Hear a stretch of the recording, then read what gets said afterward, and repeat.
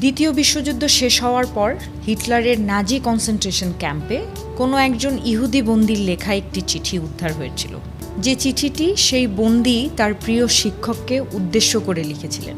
প্রিয় শিক্ষক, আমি একজন ভাগ্যবান। আমি হিটলারের কনসেন্ট্রেশন ক্যাম্প থেকে জীবিত অবস্থায় মুক্ত আকাশের নিচে পৃথিবীর বুকে ফিরেছি। আমি হিটলারের নাজি কনসেন্ট্রেশন ক্যাম্পে যে দৃশ্য দেখেছি তা সকলের দেখা উচিত। আমি দেখেছি গ্যাস চেম্বার তৈরি হয়েছে শিক্ষিত ইঞ্জিনিয়ার দ্বারা। আমি দেখেছি বিষাক্ত গ্যাস তৈরি হয়েছে শিক্ষিত কেমিস্ট দ্বারা।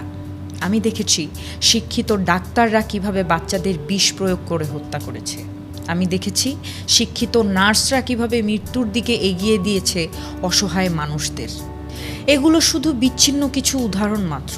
স্কুল কলেজ থেকে উচ্চশিক্ষিত হাজার হাজার মানুষকে আমি প্রতিদিন নির্বিচারে শিশু, মহিলা সহ অসহায় মানুষের কাতর আরতিতে কর্ণপাত না করলেও উল্লাসের সাথে মানুষ হত্যা করতে দেখেছি।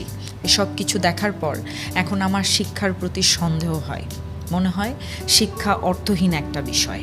তাই আপনার প্রতি আমার একান্ত অনুরোধ, আপনি আপনার ছাত্রদের কেবল পাঠ্যপুস্তক না পড়িয়ে মানুষ হয়ে উঠতে সাহায্য করুন।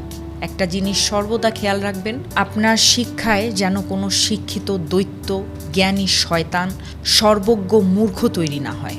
লিখতে পড়তে শিখে জটিল অঙ্ক আয়ত্ত করে বিজ্ঞানের বড় বড় আবিষ্কার করে যদি মানুষ হয়ে মানুষের উন্নতি না করা সম্ভব হয়, তাহলে কিসের শিক্ষা?